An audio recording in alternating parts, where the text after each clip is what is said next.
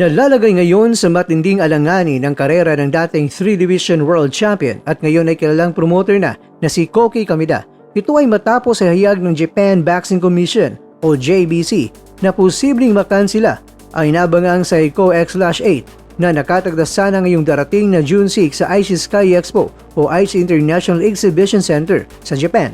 At ayon sa JBC Secretary General Tsuyoshi Yasukushi, malaki ang posibilidad na hindi matuloy ang boxing dahil sa kinakaharap ng problemang pinansyal ng Kameda Promotions. Bunga nito, binigyan ng JBC si Kameda ng 1 hanggang 2 araw na ultimatum upang pinal na magdesisyon. Hiningi ko sa kanya na magdesisyon na sa lalong madaling panahon kung itutuloy o hindi ang event.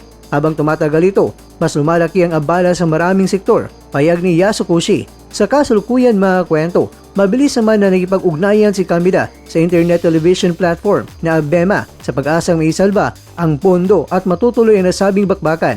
At good news dahil pumayag naman ito. Hindi birong parusa naman ang naghintay mga kwento kay Koki Kameda kapag tuluyang bumagsak ang kanyang promosyon ngayong Hunyo.